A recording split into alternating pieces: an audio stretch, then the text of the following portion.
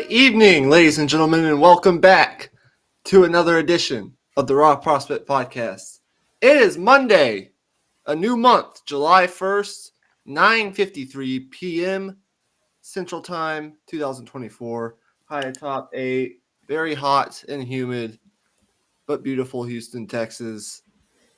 My name is Michael Ween, here for tonight's 2024 NBA Free Agency Day 1 and Day 2 full reaction and analysis. If you like what we do here, please like and subscribe, especially if you like our NBA content. And if one of your teams has signed a free agent that you think will make a difference for them next year, please leave that in the comments. Or if you're watching live, you can interact with us during the show. Joining me tonight, as we have no time to waste, is a big NBA fan himself. His team made some noise today, the Dallas Mavericks. Mr. Jeremy Nixon, what's up? Nothing much, man. I got an energy drink in front of me, and I'm ready to get into it, bro. This is this NBA free agency. I haven't been looking at my notifications as often as I have in years past, so I haven't seen these moves directly as they happen. But there's been so much that has happened already. It's been crazy. There's been a lot that's happened, and there's been the star move that was dropped annually at around 2:30 a.m. last night when Paul George landed with the 76ers. And that's, I think, where it's fitting to start today's show. And then we'll move into the Mavericks getting KLAY Thompson and then some other moves that have happened that I think will be impactful, including Kentavious Caldwell-Pope leaving the Nuggets to go sign with the Magic. We'll talk a little bit about the move that my Spurs made to bring in Chris Paul. We'll talk about the Warriors' future. What does that look like after losing KLAY Thompson, letting him walk? We've got a lot to get into. We might even get into the DeJounte Murray trade, which happened over the weekend. So, Paul George to the 76ers. Your immediate reaction was what when you saw the news? Well, my immediate reaction was, the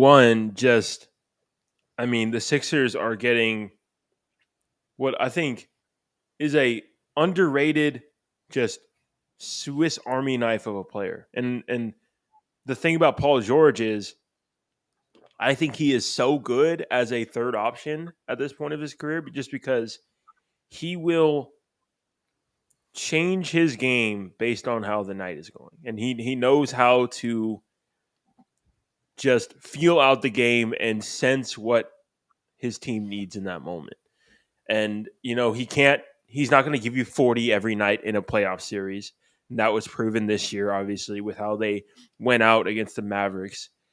But that's not what the Sixers are going to need. And I think that's why he wants to go there, because at this point in his career, he doesn't necessarily want to be the number one guy, and he can't really rely on Kawhi to be that guy anymore, with all his history. And I just think it's a perfect fit, man. I think just movement shooting, just off ball scoring, a easy button for late shot clock situations, and a plus defender on the other end.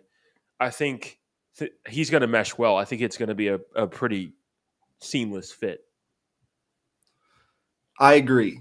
The Philadelphia 76ers, though, entered this offseason with, I think, one clear goal in mind, and that was, and there weren't that many ways with this free agent class and what's out there in the trade market to accomplish their goal. What was that goal? Well, I think they had long thought about this and maybe were targeting this summer with all the cap space that they had cleared out in years past.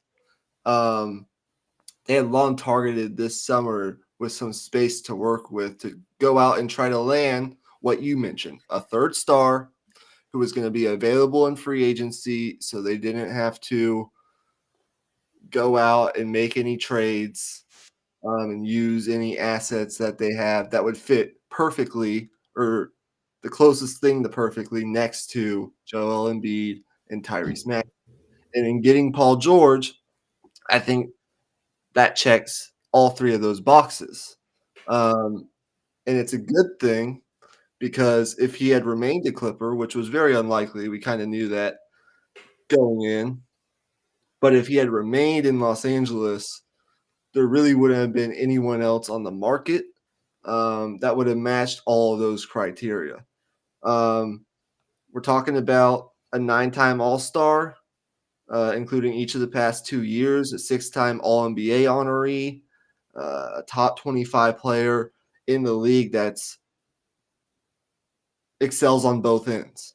Um, and I think with this trio that you now have of Tyrese Maxey, Paul George, and Joel Embiid, you have one of the best players in the world when healthy in Joel Embiid that can run those pick and rolls, which Paul George kind of does best at this point in his career as a 34-year-old that will be 35 in next year's playoffs. Is actually one of the more efficient pick and roll ball handlers at scoring the basketball at over a point per I think 100 possessions last year in the NBA up until that playoff series against the Mavericks. So I think he fits well with Embiid and what they'll be able to run in pick and rolls when healthy. And then you kind of have Tyrese Maxey, who's more of that downhill attacker with speed that thrives on pull-up threes and can space the floor, so that Paul George kind of at this point in his career, although he's still really good at hunting and creating those shots, he doesn't have the same burst downhill to the basket that he used to have. And I was listening to Jason Timpf earlier, and every time I listen to Jason Timpf, I become exponentially smarter about basketball. So I recommend his podcast, Hoops Tonight, if you haven't listened to it. But he was talking about how in that Mavericks series, Paul George only scored 10 baskets at the rim in the entire paint. series in the paint. And I think a lot of those concerns are offset by the fact that you have a young guy like Tyrese Maxey who can do that for you. Now, in order for the 76ers to achieve getting over the hump and maybe getting to the finals next year, it's all going to be about, to me, number one, how much offensive resiliency is there with Paul George come playoff time. Number two, health, right? I mean, Embiid's got to be there. I think he's got to be close to, if not the best player in the world in a series against the Celtics. He's got to play like that. Like, you have to outplay Jason Tatum in a series if you want to win that series against Boston, who just, by the way, re-signed Derek White and Jason Tatum. But overall, like, it's a seamless fit basketball wise. And so I really like it. Again, the only real concerns is, he's kind of injury prone. He's in his mid 30s. He's going to be 35 by the time the playoffs start next year.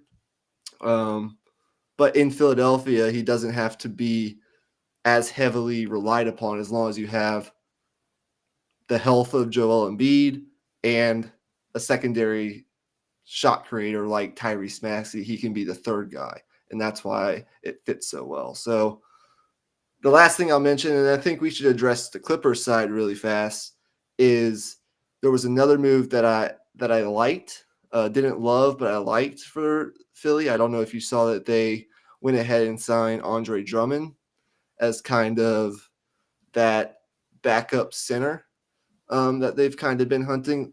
He's not a perfect player, but if you're looking at the long term, I think, and you want to maybe sit Joel Embiid for, say, 25, 30 games, if you're limiting him to 55, 60 games next year to try to maintain his health going into the postseason, he can give you good minutes. He can give you, good minutes in those 20, 25 games that he might be out for health or Yeah. rest related reasons. And he's a good rebounder. He can do enough with the other surrounding pieces that the Sixers have. So I think the Sixers are off to a really good start here in this offseason. But I'll give you the opportunity now to address anything else on the Paul George side of things, and then to address what you think about the Clippers here moving forward. Well, I think the last part to your point about Andre Drummond is Paul Reed as their backup center last year. He's not a true big. Like, he's 6'8" and he's undersized as a center. You play a team like the Knicks, when Joel Embiid goes off the floor, you end up with a situation where you're just getting killed on the boards, and you just can't have that. So Drummond will definitely help in those types of matchups. For the Clippers, I mean, this loss sucks for them, man. There's no other way around it. They went all in last year. They lost in the first round, and now it's just like, now you're stuck with a team of Westbrook, Harden, and Kawhi Leonard, and you're just left wondering, like, how, like, what seed can we really expect here with that team? Because Paul George was a big part of why they were the 4 seed last year. So there's a lot of questions there. Obviously, the health of Kawhi is going to continue to be a factor, and obviously the continued aging of Harden and Westbrook. So it doesn't look good with all the other teams that are improving in the West. Their outlook isn't the greatest right now. Yeah, I think this comes down to a couple things. Number one, I don't think after a couple years of this experiment where for 4 years in a row, basically, you've had a superstar in Kawhi Leonard that has either not been healthy going into the playoffs and missed the playoffs entirely, or been healthy going into the playoffs and gotten hurt, Yeah. or like it was this year, he's kind of hurt going in, tried to play, and then was hurt again. So it's been 4 straight years of Kawhi being in and out for a variety of different reasons. Paul George, who's still a very good player, like he's a top 25 player, no doubt in my mind, in the entire league. And for the Clippers to maintain hopes of competing for a championship, in my opinion, and I guess people across basketball's opinion, they had to get Paul George back. Like, they had to bring him back. But I still think, number one, Ballmer, I don't think wanted to be operating in the second apron, which restricts you from doing a ton of things. If they had signed George to this extension, I believe they would have been in that area, and it restricts you from using the mid-level taxpayers exception. It restricts you from, aggregating salary, bringing in money, a variety of different things. It's not a great place to be. Basically, the only thing you can really do is bring in guys on the vet min. So that's number one. And then number two, I think they just kind of looked at it as kind of just, okay, well, yes, it sucks, and it sucks for fans to stomach this, like especially Clippers fans. Now that you're not going to be the championship contender, because there was like a period last year where I think the Clippers went 31-8 over of course of like 40 or so games, and they were like the best team in the league. They were number one in offensive rating. They were just killing people, and they were a bona fide championship contender. And then different things happened that kind of derailed that. But in that sense, like, yes, it stinks. But I still think I think they brought in Derek Jones Jr. They brought in a couple different pieces. You, I Brought do Nick think you're Batum back, I smart. think. Yeah, they get Batum back. You re-sign James Harden, which I thought was very smart, as he can still kind of be a very good, productive, at least regular season player. Yeah. I still think this team could be like a middling Western Conference seed, like playoff seed. That's not really necessarily competing for a championship, but good enough in the regular season to maybe like be in that 5-6 seed range or be in the play-in and get into the playoffs that way. Um, I think they'll probably need a couple more moves to make that a reality, but I think their thought on this is we can, build out the team the best way we can possible without kind of being penalized in that second tax apron area to field the most competitive team we can next year and to maybe make a run for it if things break our way. Or, if we have Kawhi performing at an MVP level and we can finally have him healthy. Or if things go south, we just commit to a full rebuild at some point. I So mean, wouldn't it be the most Clipper curse thing ever if Kawhi just so happens to play 82 games next year? it would. I mean, the likelihood of that happening is super low. If he were to stay healthy and play at levels we've seen Kawhi play at, especially in the playoffs, it would kind of suck even more Yeah. and rub Yeah, salt in it'd the be like, fans. darn, what if we had Paul George right now? Like, Yeah. and you know what? Like, it does suck for them, but like the other side of it is like the likelihood of that pairing winning a championship Yeah. at this point is super low. So With the strength of the West, I think it was time to move on. it was probably time. And I It's can see it actually. Not necessarily I agree with it, but I can see it from the Clippers' perspective when you boil it down to a bunch of different factors. Yeah, it Um, is going to be very painful for Clippers fans knowing that, you know, they could have had SGA on their squad and seeing SGA go on finals runs and Western Conference finals runs in the next few years while they're kind of in purgatory. That's going to be painful. let's talk about your Dallas Mavericks, who beat the Clippers in the Western Conference playoffs last year or this past year on their way to the NBA Finals. A couple moves here. Number one, they made the decision to let Derek Jones Jr. walk and to sign Najee Marshall, right, from New Orleans, Yep. which I thought was a very good move. I think it was 3 years, 27, 3 years, 30 million, something in that range. Yeah. Uh, Right they've around traded mid away level exception. they've traded away Tim Hardaway, which I know a lot of Mavs fans were pretty happy about.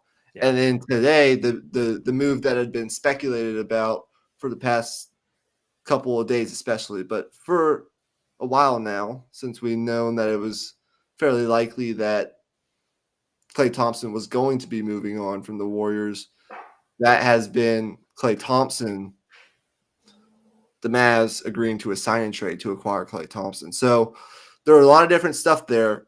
You're the Mavs fan, though. You take us where you want to go with this discussion. Yeah, Klay Thompson, whether he plays well or not, is the biggest free agent signing that the Mavericks have ever made. Like, this is not a franchise that gets free agents. Like, the free agents that we could never get for this guy right here, Dirk, like, that's what Klay Thompson represents. And it really shows the changes that have had to be made. And it shows that Nico Harrison is the right guy. It reaffirms it once again. Um, and I'm totally on board with it. Like whether it goes well or not, which there is risk to it. There's no doubt about it. There is a chance that this kind of flames out, like a la Carmelo Anthony on the Thunder or something like that. But I'm willing to take that risk just because I'm hoping that landing this free agent will help the Mavericks land more free agents of this caliber in the future. Yeah. Again, I was listening to Jason Tenth, and I'll bring up some of his points that he made. But the bottom line is it's 3 years, $50 million. So you didn't have to go to a fourth year, which I think is good, considering that Thompson is 34 years old, much like Paul George. And he's not quite the same player that he was a couple of years ago. And number two, like, he's still, like, it's not a prohibitive contract in any sort of manner. It's like 17.5 million per year, I think, is what it comes out to, or something along those lines. But even with some of his defensive concerns, not that he's bad defensively, but not the same that he was a couple years ago or in his prime, he's still, I think, an upgrade over Derrick Jones Jr., who's now in the Clippers, who will replace, presumably, in the Mavericks starting lineup, besides Luka Doncic and Kyrie Irving. I think, as Jason Timp said, so this isn't my own point, but he kind of brought up how the Mavericks need to change some of their offensive approach or offense philosophy in order to beat the Celtics, because it was really kind of the functionality of their offense that prohibited them from being more competitive in that Celtics series with some of the defensive strategies that the Celtics were deploying. I think with, is it Najee Marshall, I think is his name, from New Orleans, Mm-hmm. Yeah. who has more of like a pop off the dribble. And he can, I mean, he can score off the dribble. I like that move. He gives you a lot of different things. With these two guys, I think it, hopefully for the Mavericks, signals a change in, like, more, I don't know, I'm not the basketball wizard that some of these people are. I don't know the exact terminology for these X's and O's schemes, but more of a motion offense, which is where I think Klay Thompson would fit in best, as kind of that. People Ball argue he's, man movement. yeah, yeah, Flow. Yeah. no, scoring in the flow of the offense, kind of off ball, coming off screen, shooting, catch and shoot opportunities that are created with more floor spacing now.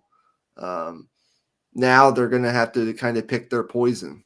This is someone who made 38.7% of the 9 threes per game that he attempted last year. He's still a very effective shooter, and he thrives without the ball in his hands. And so I think if they can kind of shift that offensive philosophy to more of a free-flowing, like, motion offense that allows Klay to thrive, I really like this move, even though it is a little bit risky. I think it'll create more room for those lobs to Daniel Gafford and Derek Lively. I think corner threes will flow. Driving and passing lanes will be wider than they used to be. I really like it, as long as there's kind of more of a different movement-based approach offensively. And I like the move for Marshall too. I think the Mavericks are an improved basketball team today than they were at the end of the NBA Finals. I don't know if you agree with that. Would you agree with that? Yeah, I think I would. It does suck losing Josh Green. I really do like Josh Green and what he brought to the table, just with his hustle and just like Energizer Bunny energy. I thought it was always like so infectious when he was on the floor. Like every time he would come off the bench, it would be right away. He would bring that energy. Um, but I think outside of that, I think yeah, the team is better, definitely. Any thoughts on the Marshall move or getting rid of Tim Well, Hardaway? Or any I of these think it's moves? I think it's a smart pivot from going with Derrick Jones Jr. because what ended up happening was Derrick Jones Jr. ended up switching his agent, um, like right before the start of free agency, and under the NBA rules, you can't negotiate with your current team. I think for like a 2-week period after changing your agent. So that's why the Mavericks kind of had their hands tied with trying to bring DJJ back. But um, I think Marshall, despite not having as much, athletic pop for lobs and stuff like that, he is a more consistent shooter. Okay, so what about the Warriors side of this? Where do they go from here, in your opinion? I know that's a loaded question, but why do they make this move, and where do they go from here? I think Steph is 36, 37 now. Yeah. I mean, they're in a really tough spot, man. I got to be real. Like, their choice to kind of merge their young players and with their old players, it didn't end up working. They've moved on from a lot of that core now. Poole, Wiseman, all of those guys that they drafted. Moody hasn't really made much headway either. Podziemski kind of took his spot in the rotation. So it's a really tough spot. And right now it's like you don't have any money to bring in a player who can move the needle in a significant way. And at the same time, like you're also not going to be able to draft like premium players either. So I really don't know what they do. I guess I'm glad I'm not in that spot. A couple things I'll say. I think it was a similar situation here in that they didn't want to be in that kind of area of the second apron. And they would be repeat offenders as well. Yeah, yeah, in signing KLAY Thompson. But it is kind of amazing, like how his departure from the Warriors went from pretty much inconceivable and that it would probably never happen to basically inevitable in the span of like half a year. Yeah. That's pretty crazy. And to see this core that had been so successful, one of the best in NBA history, no doubt about it. I think it's 6 conference championships, 4 titles. We know that the run that they had, to see it breaking up is just kind of jarring. And I don't know that it is the most like amicable departure. I think there were some animosity there for sure. There was some animosity there. So that's the first thing. It's like, wow, I didn't ever think this would come 3 years ago. But at the same time, like they are in a tough spot. And I guess my overall point was you want them to try to do something to feel like the most competitive team possible because it's going to suck if Steph Curry's playing meaningless basketball. Yeah. From here going forward, he's still one of the best players in basketball, despite he's got a game that's going to age wonderfully, and it already has. Yeah, and so that's the thing. Like we're basketball fans at our cores. You're probably more of the big, like huge NBA fan than I am, but I think a lot of things go into that right now, and that my team's kind of in a rebuild and your team's a contender. Yeah. But now that the Spurs have Wemby, I'm back into it now, and Spurs are kind of hopefully now going this direction, or at least trying to go slowly in that direction, then going this direction. But yeah, it's jarring. That's really all that there is to it. I've heard some rumors they would be in the trade market for potentially like a Lauri Markkanen, but people are saying he's not going to get traded. So we'll see. I don't know what other moves are out there that really moved the needle for them, but yeah, that's really all I have to say on the Warriors. Yeah, Unfortunately, and like Klay Thompson is right to feel some type of way, man. Like yeah, the way the fans treated him the last year, like, and also just like the Warriors prioritizing going after Paul George over re-signing Klay Thompson says a lot about where things kind of stood. And I'm not saying the Warriors were wrong to do that. I'm just saying, that definitely didn't rub Klay Thompson the right way. That's for sure. let's move on to a move that could have some ripple effects and how it potentially shifts some of the power in the Western Conference. But it wasn't a move that was made by a Western Conference team. It was the Orlando Magic going out and signing Kentavious Caldwell-Pope away from the Denver Nuggets for 3 years, $66 million. At age 31, he's played 11 seasons in the league. Last year with the Denver Nuggets in kind of like a fourth and fifth option kind of starter kind of role. He averaged 10 points per game on close to 41% from three, with over a steal per game, 60.2 true shooting percentage. Your thoughts on KCP joining the Orlando Magic? I mean, this is the exact move they needed to make. It's a high quality veteran champion, whatever you want to call it, like all of it. And shooting. They were really, really struggling for shooting. Yep. And if they had one or two more knockdown shooters on that team last year, they beat the Cavs. And there's no real doubt in my mind there. Um, Yeah, I and agree with that. I think they're already that good defensively, and I think Paolo has shown that he's already that good. And same with Franz as well.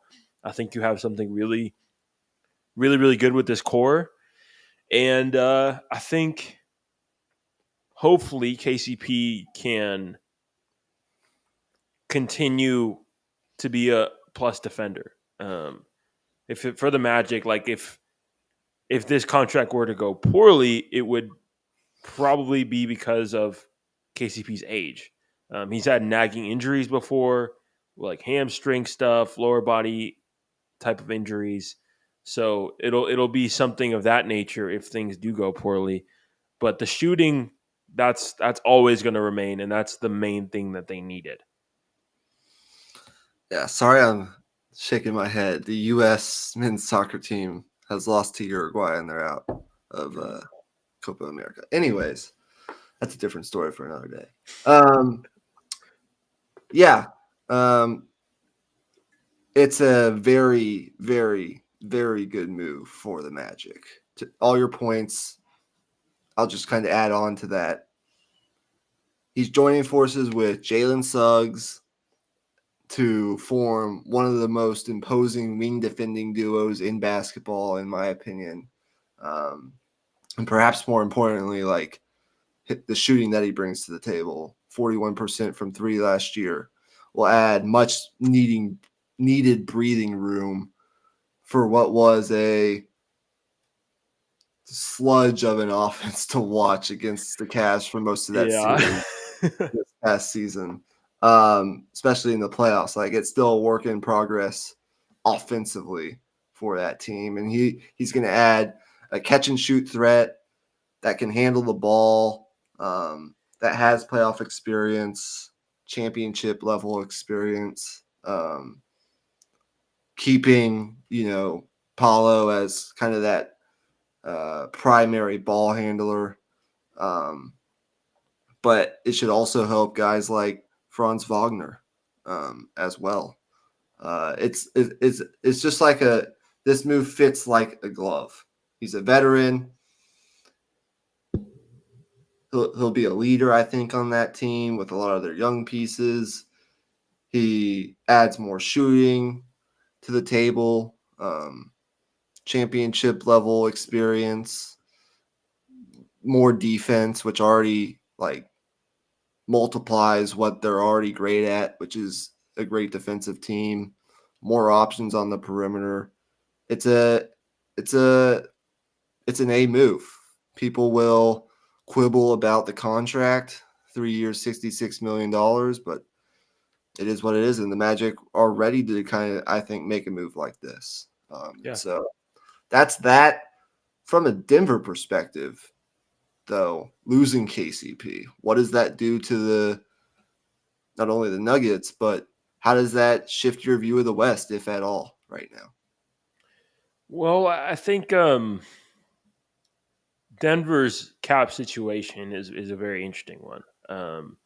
They kind of gave MPJ a max deal early on in the process, and he is very important to them, and he's a fantastic player, but he's prone to have cold streaks. Last year in the finals, this year in the playoffs against Minnesota. And when he goes cold, it becomes painful because he's not giving you a whole ton when it comes to playmaking, and obviously he's always going to space the floor, but the defensive end of the floor, he's average at best. So that's where it kind of becomes a problem there. So you end up with three max players, one on the super max with Jokic, obviously. And anytime you have three max guys, it's going to be really tough to maintain um, your core. And KCP, honestly, I didn't know he was a free agent. That wasn't even on my radar, if I'm being entirely honest. Yeah. Yeah, it's I don't know what you how I would characterize it for Denver. I still think they're a top 5 team in the league. Yeah. I still think they'll be near the top of the Western Conference. Um, but I think with a move that I actually wanted to touch on really fast in the West before we move to two more before we wrap this thing up. It was Isaiah Hartenstein. I don't know if you saw this. He signed a 3-year, $87 million deal with the Oklahoma City Thunder. Oh, wow. Your thoughts on this one? Is I this uh, I actually didn't know it was that number. I know that is role player money in today's NBA, absolutely. But the thing is, um, I mean, it's a fantastic move because you can play Chet at the four, and yeah, and be perfectly fine with that. The problem that the Thunder have been running into is aggregate size, which is just size throughout the entirety of their lineup, especially when they would have to bench Josh Giddey for other options like Isaiah Joe, who's a smaller guard. So with Hartenstein for in the lineup and Chet at the four, it removes that problem from the equation because now you have Shea and Jalen Williams, who are both big physical guards, and then whoever you want to slide into that three spot really is like house money at that point. And then obviously at the 4 and the 5, Chet and Hartenstein, that's really damn good on both ends of the floor. Like you're not getting much better rim protection from a 4 and a 5 duo. yeah. And you can look across the entire NBA, you're not getting much better than that.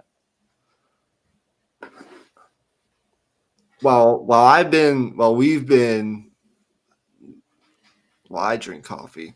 Well, people around the league that watch the league closely have been sipping their morning coffee to start the NBA off season, or whatever you drink in the morning or eat in the morning.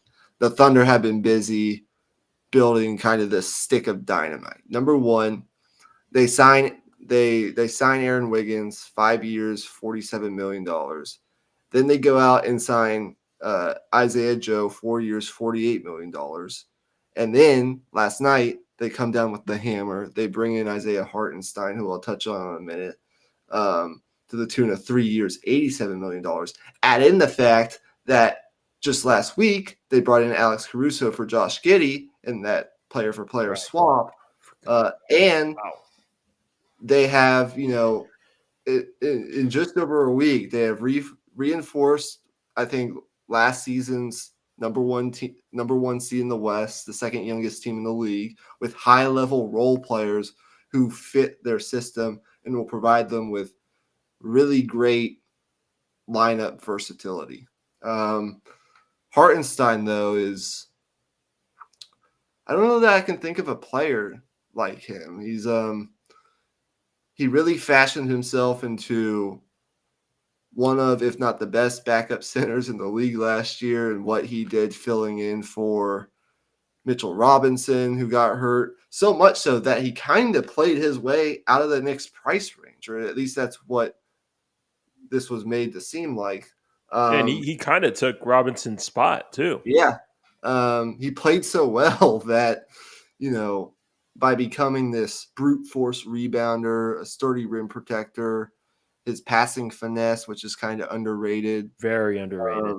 Really good floater in the lane on the short roll.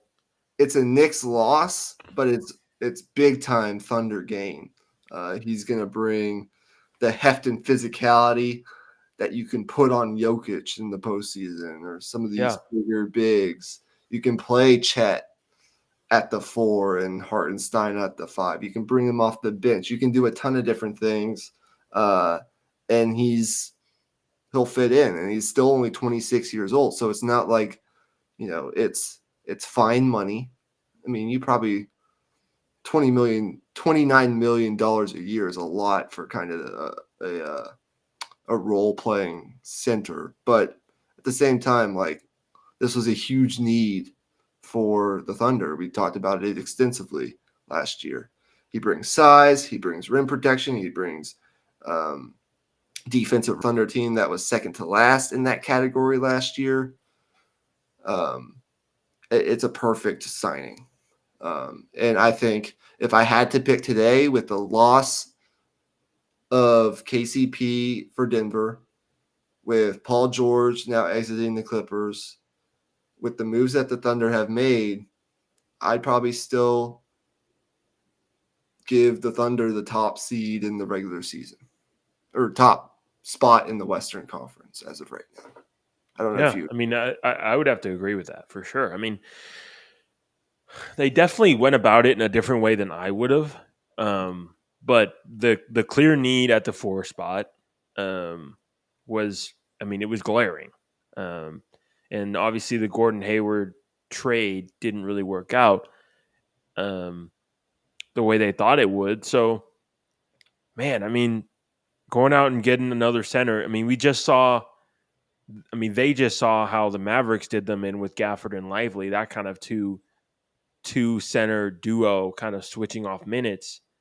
Now you can kind of replicate that, but in a different type of way, with a guy in Chet who can spread the floor when he's in the game. So you have a center for any type of matchup right now. Yeah, think about what you can do with your closing lineups. You can go Shea, Jalen Williams, Caruso, Holmgren, and then either Hartenstein, Lou Dort, or maybe even Isaiah Joe on the floor. It gives you a lot of versatility in the things that you can do in the playoffs, depending on what matchup necessities that there are, whoever you may be playing. I would have – it's early, still very early in the regular season. What am I talking about? The off season. But I really like what the Thunder have done so far. Kind of under the radar too. Like, nobody's really they're talking about the Sixers, and for rightful reasons. They're talking about the Clippers. They're talking about the Warriors. But the Lakers. Yeah. Jeez. Eye roll. Severe eye roll. Okay. I wanted to really. I wasn't even on like the lookout for this until it was reported a couple hours before it happened that the Spurs were.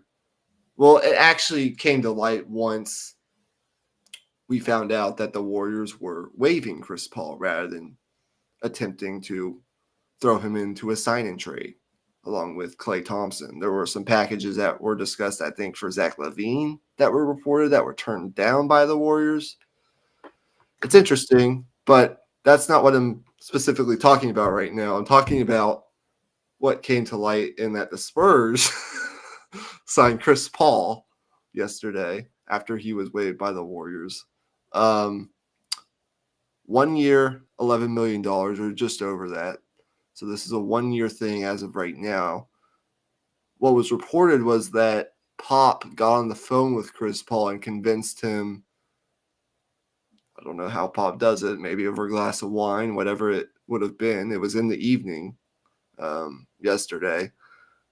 Convinced him to come, be the leader of this team, be kind of that veteran mentor, the voice in the locker room, and can actually get minutes on this team. You're not going to win a championship. You're kind of sacrificing your ring chase, so to speak. But you're going to play point guard with Victor Wembanyama next year. And so the Spurs made this move, and I was like, oh, it was reported. There were rumors of it. There have been actually rumors of Chris Paul coming to San Antonio, true or not, for a couple years now, kind of in the latter stages of his career. I think a Or lot of even in people. that kind of like LaMarcus kind of Yeah, era as well. I Like think right around the time Tony Parker left, I was kind of that there was rumors about that as well. But a lot of people. Gosh, I kind of lost my train of thought. Anyways, sorry.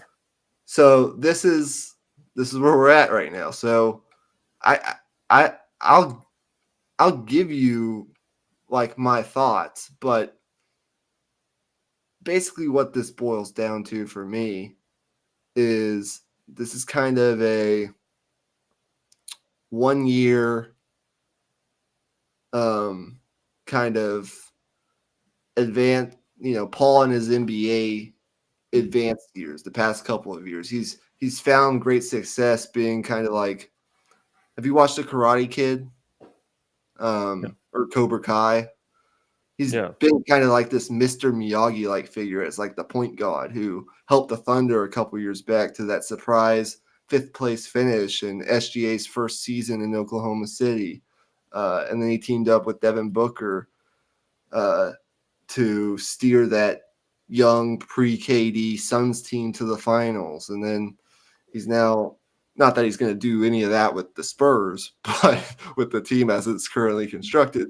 But he's found like a way to reinvent himself in a kind of, as he's not the former All NBA player that he used to be in his later NBA years. I think what this is about, number one, it's fascinating because Chris Paul's 39 and Wemby's 20. Yeah. So it's almost 20 years older than Victor Wembanyama, which is Yeah. just crazy. But I think he's going to bring, number one, great leadership. I think he'll get along well with Pop.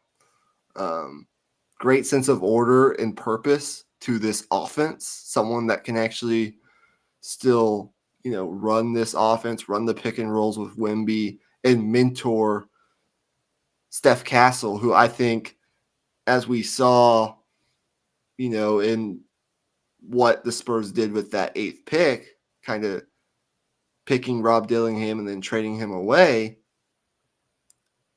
I think the Spurs envision possibly Castle as a future option for them at point guard, and maybe Chris Paul can kind of show him the ropes a little bit. That's me on the outside looking in. But Paul, in a traditional point guard sense, although he's not near the same player that he has been in his career, is just on a different level still from a facilitator standpoint in the half court than any of the Spurs point guards that they've had pretty much since the last good years of Tony Parker. It's well, I guess DeJounte Murray Yeah, would DeJounte, have been pretty much since DeJounte, and then the last couple of years of good years of Tony Parker. That's really what I think it boils down to. Vassell will kind of learn how to get more to his spots and capitalize on his opportunities. I think he'll just be good to kind of shepherd this young Spurs offense in the right direction. So now, if you think about what I envision the Spurs to put out there on the floor, it's going to be Chris Paul. I would envision the wings to be Devin Vassell and Steph Castle, probably Sohan and Wemby in some form or fashion.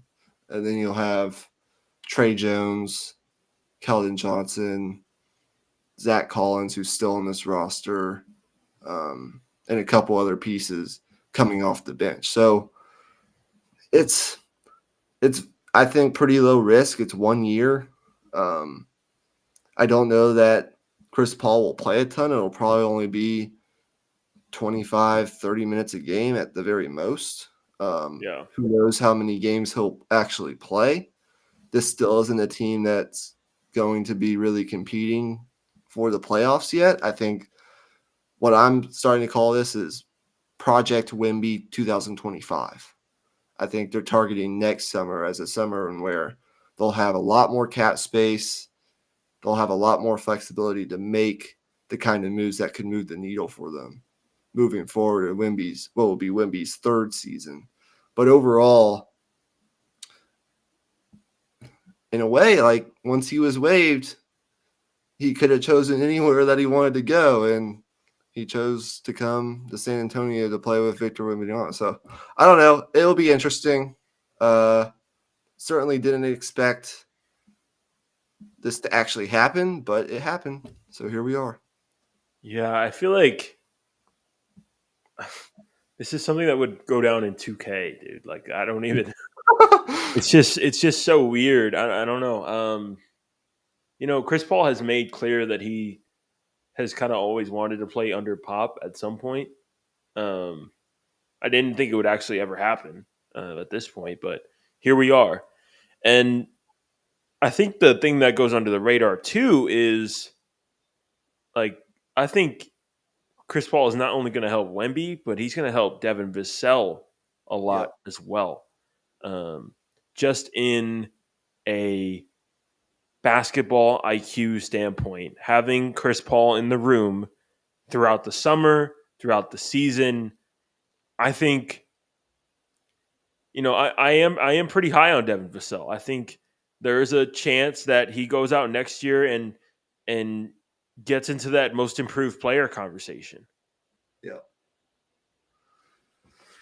Yeah, how I kind of break it down, you have Chris Paul, who's going to be kind of the leader, the mentor, the facilitator. He'll run this offense 25, 30 You think it'll minutes. be 1 or 2 years? What do you think? I think it'll be 1 year, probably. To start out. I don't know. We'll see how well he plays and how healthy he can stay. You'll have Devin Vassell, who's kind of the off the ball catch and shoot floor spacer in this particular role. He'll kind of I think be the secondary shot creator for what it's worth in this offense, because he's I think still at only the age of 23 with the contract that he signed to, which is still very, very affordable. It's not a hindrance at all in this particular situation of this franchise. He still has an ability to expand his game offensively. Then you'll have Steph Castle, who I think for right now will kind of be learning as kind of like a tertiary ball handler, even with as much as I think Wemby's going to be handling the ball. And then Chris Paul, he'll kind of be a playmaker who can kind of score at the rim. Not much of a shooter, but will be a very switchable, versatile wing defender the very start of his NBA career as he kind of learns to develop his offensive game. I honestly don't really know what to think about Jeremy Sohan at this point. Of course, the experiment at point guard did not work out. No. Um, him and Keldon Johnson are two very fascinating pieces on this Spurs roster for a lot of different reasons. And then you'll have Wemby, who I think next year could become a top 10, top 15 level, not only all-star, which I think he'll definitely be as long as he stays healthy, but potentially an all-NBA kind of level player in his second season. That's how it'll kind of be. Maybe if they were to bring in one or two more, if they were to make one or two more moves, they could potentially compete for the play-in. But I still don't know that I see that right now. Will they win more than 20 games? Probably. I don't know. I'm still trying to process it all, so we'll see.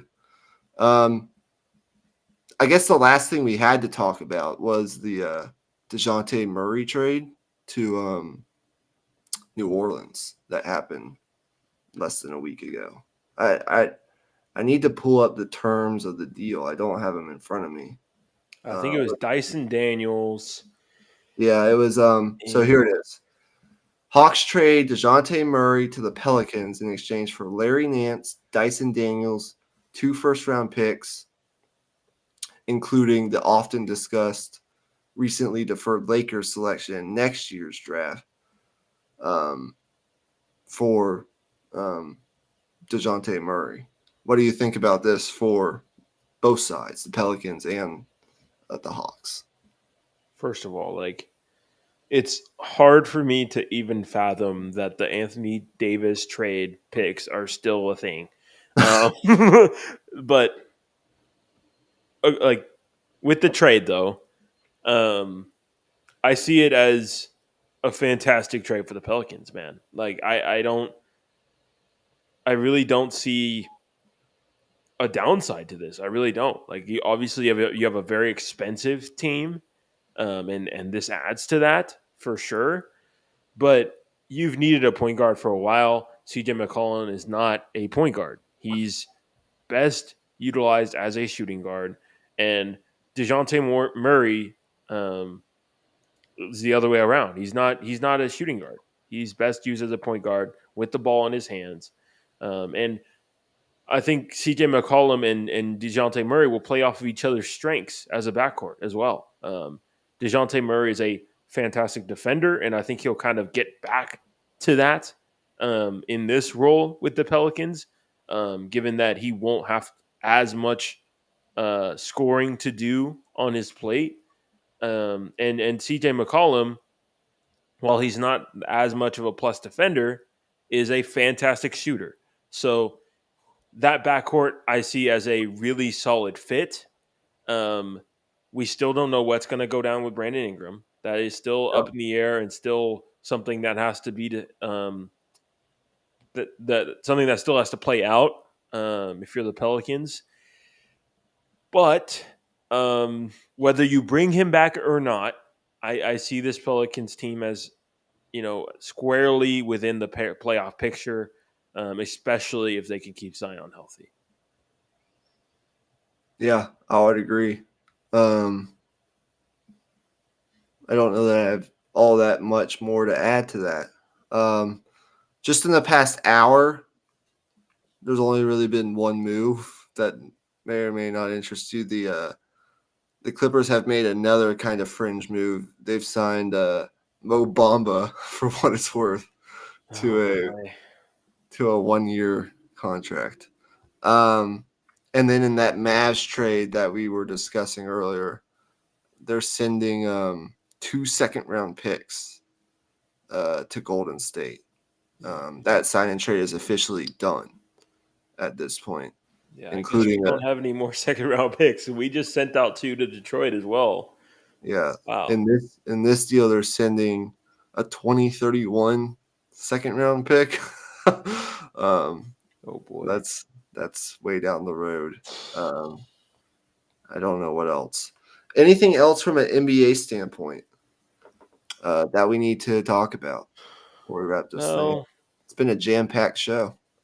Yeah, man. We had a lot to fit in, man. And it only happened in 2 days worth Yeah. of time. Like I think like this is an obvious comment, but the West is just absolutely ridiculous next year. And Mhm. it may only get better with Larry Markkinen potentially being moved. I really want to see Larry Markkinen with the Thunder personally. I do, and I also kind of don't. It's a Yeah. interesting thing because we also would have to play against them. So, but yeah, I think that's it. I don't think DeMar DeRozan has made a decision yet. Nope. That'll be an interesting one. Um, let's see who else. I think Scotty Barnes signed his extension. That's good for the Raptors. Yep. Can't really think of much else at the moment. Yeah, I think Oh, the that. Kevin Durant trade news. Um, there's rumors floating of him being unhappy. Yeah. We're doing this again. What What's new in the NBA? Not much. Yeah, um, just send him to fucking Golden State or whatever. I don't yeah, care. I'm interested in the marketing stuff. I'm also interested um, in the Brandon Ingram potential trade. Um, is there a team that can really maximize his impact out there? Um, I'm interested in what the LeBron contract is going to look like with the Lakers, even though we've kind of gone away from talking about the Lakers at this Yeah, point. yeah. Um, I guess I have to ask it, and then we'll get out of here. Just a silly question to wrap this thing up. The Lakers did it. They drafted Bronny James. Your thoughts, if any? Um, I think it's pretty cool. Yeah, Um, but beyond that, like maybe he'll get some PT like mid season after going into the G League, or if they're really daring, they'll just throw him out there first game of the season. I don't fucking know, man. At imagine this they're point, playing like imagine they're playing like the Nuggets or something, and he has to guard Jamal Murray or something like I that. mean, it's yeah. LeBron kind of made a point that like he hates how the college game is played and yada yada yada. There's just no spacing, blah blah blah. Like, I mean, To there's us, definitely some players that do fit better in the NBA, but I just don't think this is that case. um, yeah, I think whoever couldn't see it coming just has either A, been living under a rock, or B, doesn't really know about the NBA and Yeah, what the Lakers have become. yeah, Uh, and then because I actually give the Lakers a little bit of credit for, in some ways, lucking into it, but also getting great value in drafting Dalton Connect at middle of the first round, like past the lottery. yeah, and definitely they had needs and they decided to Yeah, go best player available, which I but at think the same is time, like my whole thing on this is great. We get to witness more history with LeBron James, and that this will be, I think, the first father-son duo to play together in the NBA. Because it'll happen at some point. They'll throw him in there with LeBron yeah. at some time. And Um, this is already and giving farewell tour vibes, if I'm being yeah, honest. and then beyond that, like, what else really is there? I hope Bronny. Like, I don't wish any ill will upon him. I think Yeah, we I hope. hope he makes it, man. I do. I think if he, this is gonna sound crazy, but if he just so happens to grow a couple inches, that will help him a lot because at 6'2", things are kind of iffy. But at 6'4", and good defense, good defender that he already is, like that changes things. Yeah. But Yeah, I don't that's know. about it. That's about it. Okay. Thank you guys for tuning in. We greatly appreciate it. We'll have more NBA content coming as soon as next week with the rest of free agency. And who knows what else? Maybe a trade happens here and there. Can't think of anything else, really. Maybe the off season's already kind of happening, so we can't really do off-season previews, but we'll figure something out. And then next week, I want to do a MLB episode that will focus upon the All-Star break and some trade deadline stuff that's been circulating. That'll be next week, though, not this week, as we near the All-Star break in Major League Baseball. And then as far as the rest of this week is concerned, I think you can be on the lookout for our NFL preview series starting on Wednesday night. I was hoping we could double up and do a dit hole tonight. I don't know if that's still going to happen. We will see about that. If not, I might be doing a dit hole solo tomorrow if Emmy's not available. And then we'll have a dit hole for sure with the two of us at some point this week. If that has to be this weekend, it's this weekend. So that's kind of what you're looking out for. And we'll have an NFL episode every Wednesday. week. Yeah. And here going forward, pretty much up until the season starts. 2 teams per episode. So be on the lookout for that. We won't tell you which teams yet, but you will see on Wednesday. So for myself, for Emmy Nixon, Monday, July 1st, we're officially halfway into 2024, 11 p.m. Hopefully you enjoyed this this NBA free agency frenzy reaction and analysis episode. We will see you guys soon as Wednesday. Thank you guys for watching. Make sure you like and subscribe, and enjoy the rest of your week. Peace out.